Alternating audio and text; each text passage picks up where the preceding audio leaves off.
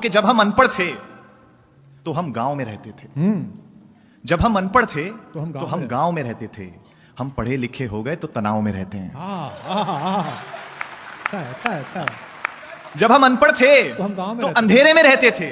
बिजली नहीं होती थी उस वक्त। महसूस करेगा अगली पंक्ति पर। जब हम अनपढ़ थे तो अंधेरे में रहते थे।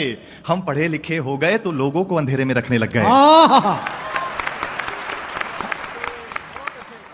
जब हम अनपढ़ थे तो अपनों के लिए जीते थे। परिवार ही सब कुछ होता था। जब हम अनपढ़ थे तो अपनों के लिए जीते थे। हम पढ़े लिखे हो गए तो अब बस सपनों के लिए जीते हैं। हम अनपढ़ थे तो रिश्तेदार होते थे। अगली पंक्ति पर अगर महसूस हो जाए कि मैंने कुछ अच्छी बात कह दी है तो आपकी तालियां मिले। जब हम अनपढ़ थे तो केवल रिश्तेदार होते थे। हम पढ़े लिखे हो गए तो अब रिश्तेदार भी दूर के हो गए। जब हम अनपढ़ थे तो पैसा घर के एक मुखिया के पास होता था और सब सुखी होते थे। हम पढ़े लिखे हो गए तो आज पैसा सबके पास है लेकिन सुखी। जब हम अनपढ़ थे तो परिवार ही बैंक बैलेंस हुआ करता था।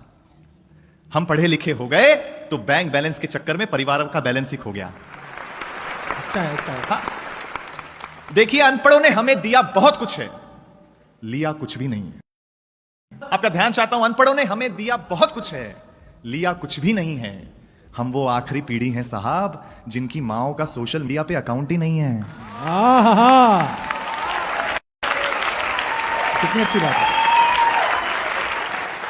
अंतिम दो पंक्तियां कह करके आपसे विदा चाहता हूं। आपको लगे अगर रोहित शर्मा ने अच्छी ओपनिंग कर दी हो तो मुझे तालियों से विदा कर देना कि जहां हर इंसान भोला है, मन का सच्चा है, दिल साफ है। जहां हर इंसान भोला है, मन का सच्चा है, ऐ शहर तुझसे तो मेरे अनपढ़ों का गांव ही अच्छा है। बहुत बहुत धन्यवाद।